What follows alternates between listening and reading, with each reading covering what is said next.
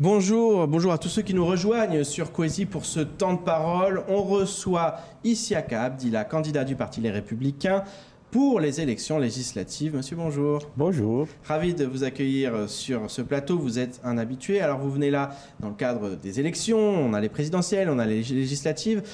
Commençons peut-être par les présidentielles, puisqu'il y a un meeting à Mtsamboro ce week-end en soutien à la candidate du Parti Les Républicains, Valérie Pécresse. Alors, vous soutenez Valérie Pécresse. C'est un vrai choix par conviction, pardon, Isiaka Abdillah. Parce qu'on le sait, vous avez été au Parti Socialiste pendant une grande partie de votre carrière. Est-ce que vraiment aujourd'hui, selon vous, c'est celle qui sera la meilleure candidate pour diriger notre pays? Absolument, pour plusieurs raisons. Valérie Pécresse connaît très bien Mayotte.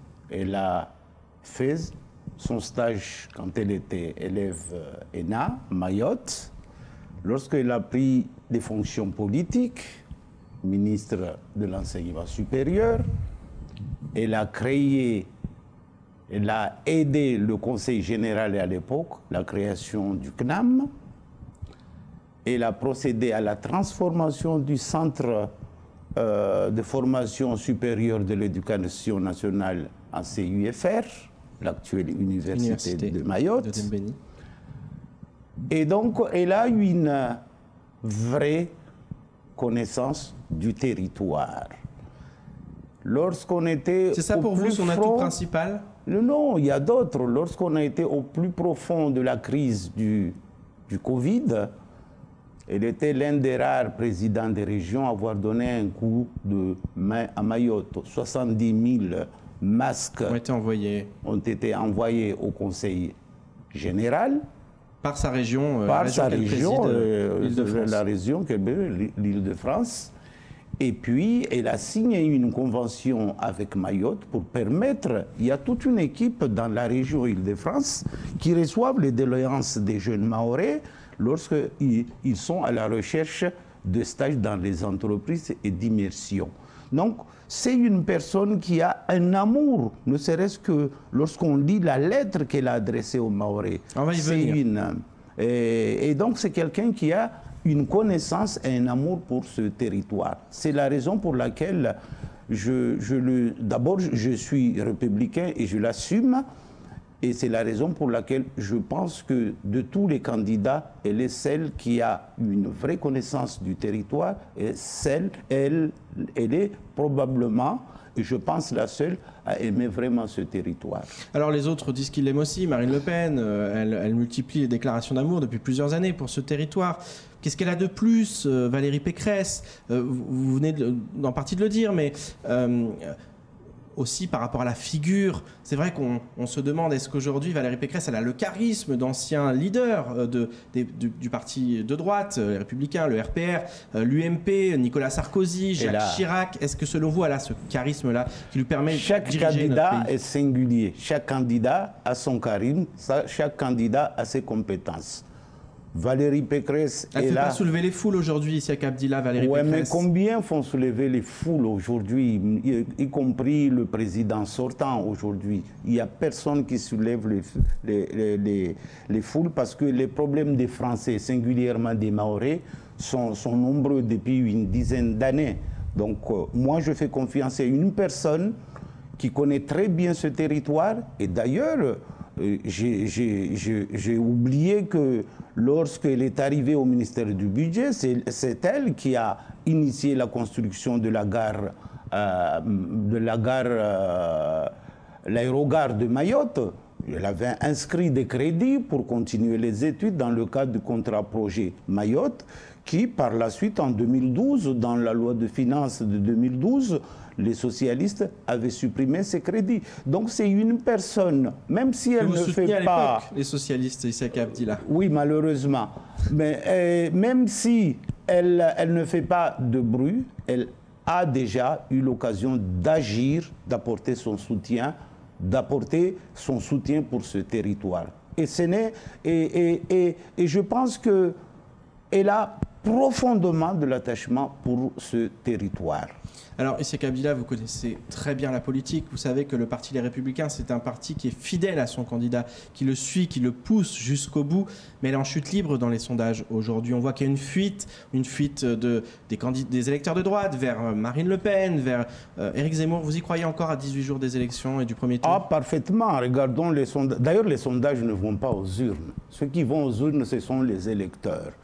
Et lorsqu'on a un parti du gouvernement, entre parenthèses, qui ne détient aucune, je dirais, à la présidence de 101 départements métropolitains et outre-mer, lorsque ce parti a été rejeté des dernières élections régionales, je pense qu'il y a profondément de mécontentement au niveau des Français. Et moi, je crois que l'électeur fera la différence le 10 avril. Et Vous pensez que Emmanuel Macron à 28%, c'est pas la réalité aujourd'hui?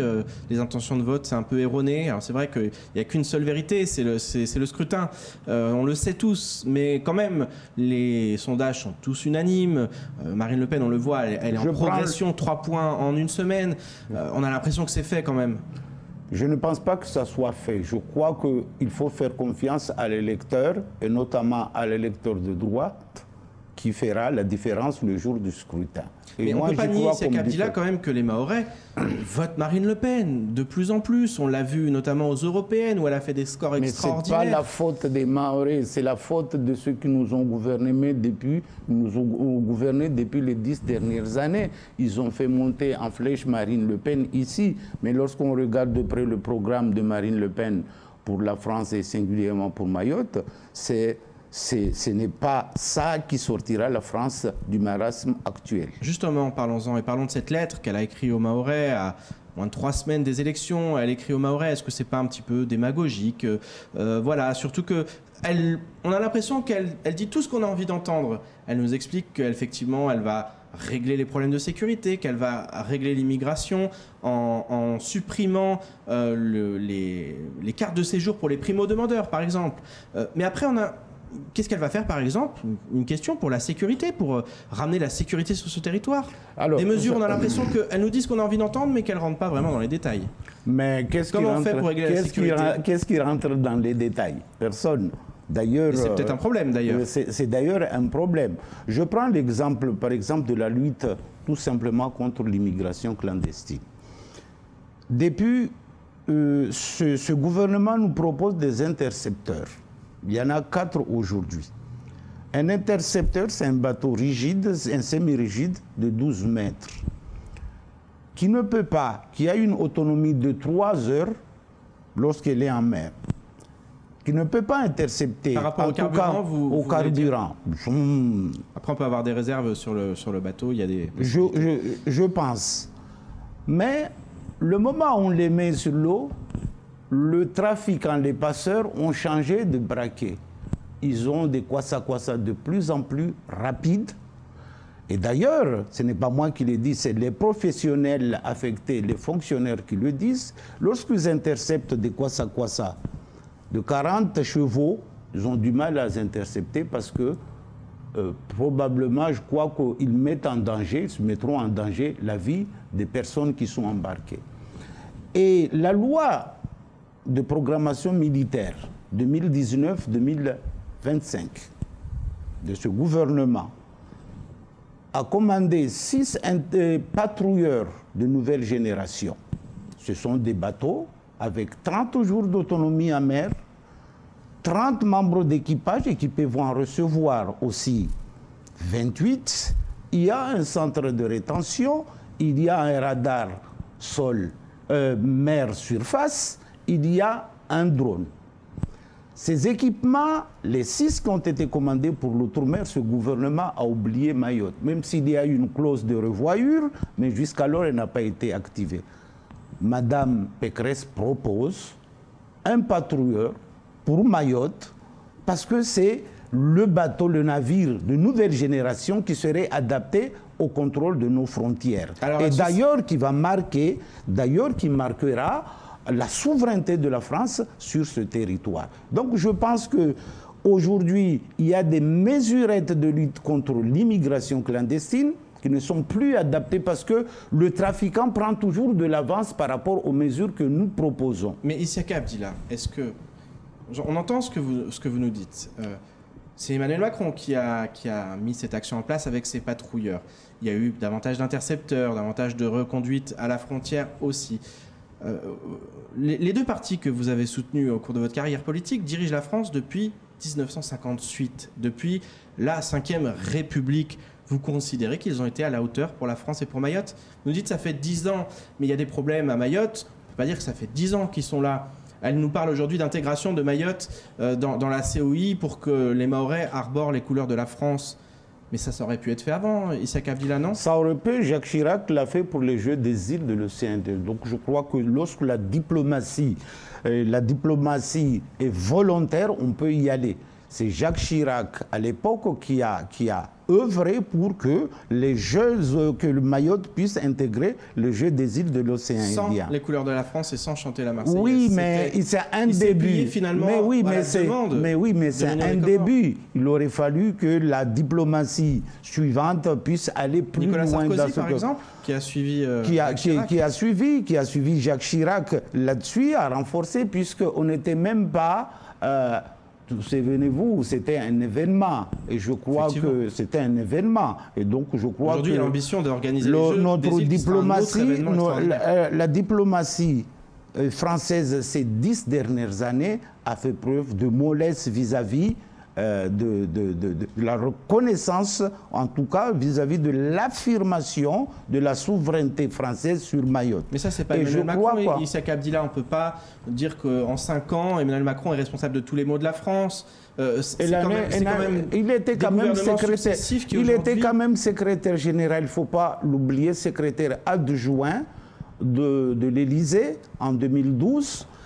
Et d'ailleurs, en 2012, de l'économie, et lorsqu'on a supprimé les crédits pour l'aéroport, la loi de finances de 2012, il était secrétaire général de l'Élysée.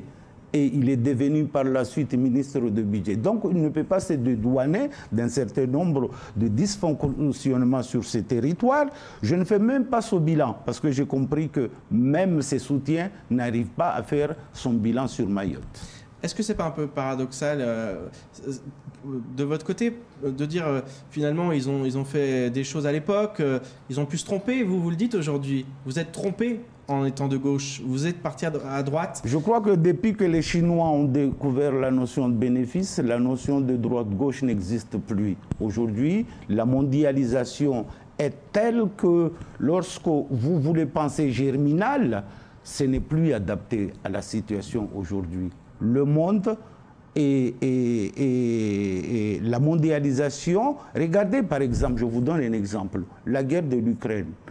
On ne fait pas attention à Mayotte, on ne nous a pas rassurés, on ne nous rassure pas. Valérie Pécresse nous propose un pacte comme l'inflation. Comme l'inflation. On achète la volaille, le mabawa vient d'Ukraine. Le blé vient d'Ukraine, le bois vient d'Ukraine, un certain nombre, l'aluminium vient d'Ukraine. On ne nous parle pas aujourd'hui à Mayotte. Et là, les gens s'étonnent que les gens font la queue devant les vendeurs de bouteilles de gaz. Mais tout ça parce que le Mahorais, ce gouvernement, ne nous rassure pas. Et le comble, si demain il y a une guerre qui dure, si le conflit dure en Ukraine, on n'est pas à l'abri de rupture, par exemple, de carburant ici. D'ailleurs, j'ai appris de sources sûres ces derniers temps que malgré que l'outre-mer doit disposer en termes d'énergie, de carburant, de 90 jours, 90 jours de stock, stratégique, on est à 20 jours à Mayotte. Et ça, ce n'est pas, pour le moment, personne n'en parle. Mais on n'est pas à l'abri de ces risques. Et je crois qu'il faudra un président qui engage avec les Mahorais un contrat de confiance, parce que pour le moment, je ne pense pas que les Mahorais font confiance à Emmanuel Macron. Isaka Abdillah, vous êtes candidat aux élections législatives dans la première circonscription du département. Si elle ne va même pas au second tour, Valérie Pécresse, vous pensez que ça va vous nuire, ça va nuire aux candidats du Parti Les Républicains? Je n'envisage même pas cette hypothèse. Pour la simple raison, encore une fois, les électeurs vont parler le 10 juillet. Je n'envisage même pas cette hypothèse. Et imaginez un peu que, ce que je ne pense pas du tout, ce qui n'est pas encore fixé aujourd'hui, que ce président est réélu. Vous pensez qu'il aura la majorité à l'Assemblée nationale? Alors c'est une vraie question et c'est aussi une vraie question la parce question que Issaq Abdillah, parce que si elle ne passe pas le premier tour, que finalement les LR seront dans l'opposition, au moins par rapport au président, au chef de l'État, est-ce que les Mahorais risquent pas de se dire si on veut obtenir des choses, on le voit, c'est plus simple lorsque la loi en France France n'interdit pas la cohabitation. De deux choses l'une, soit Valérie Pécresse est élue, ce que je souhaite et j'y crois profondément, présidente, soit elle n'est pas élue, mais je ne pense pas qu'aujourd'hui les députés d'En Marche seront reconduits comme l'a été en 2017. Je suis persuadé là-dessus. Donc la loi n'interdit pas la cohabitation. Effectivement, en France. alors c'est vrai que ça, par rapport aussi au changement du programme électoral et le fait qu'il y ait cette suite d'élections, les présidentielles législatives, on voit qu'on est parti sur un régime où, en général, le vote des présidentielles est confirmé, mais on a eu par le passé, effectivement, Lionel Jospin, par exemple, qui a été Premier ministre avec un gouvernement de gauche sous Jacques Chirac. Donc, c'est pas effectivement, notre démocratie ne l'interdit pas. Un dernier mot, parce que c'est déjà l'heure de se quitter. Qu'est-ce que vous avez envie de dire aux Mahorais? Déjà, on rappellera peut-être ce meeting du côté de Mtsamboro ce week-end, mais qu'est-ce que vous avez envie de dire aux Mahorais à 18 jours des élections? Je vais dire aux Mahorais ceci. D'abord, venez nombreux à notre meeting du 26 à Mtsamboro à 15h. Nous défendrons aussi devant le peuple du Nord et les Mahorais de façon générale le programme de Valérie Pécresse. Par contre, ce que je voudrais dire aux Mahorais, regardez deux choses, plusieurs choses. Les hôpitaux, l'hôpital est plein, les écoles sont pleines. Il y a la queue partout. Les services publics ne sont plus accessibles pour les Mahorais. Et même la prison est pleine. Je crois que Mayotte va mal, la France va mal, et le seul remède que nous avons, c'est Valérie Pécresse. J'invite les Mahorais à lire et à relire sa lettre aux Mahorais, qui est une lettre écrite avec le cœur, destinée aux Mahorais, parce qu'elle tient vraiment à ce territoire. Merci beaucoup, Issaq Abdillah, d'avoir été avec nous ce matin. Puis vous reviendrez parce qu'évidemment, vous êtes candidat aux élections législatives. C'est tout pour ce temps de parole. Tout de suite, la suite de nos programmes.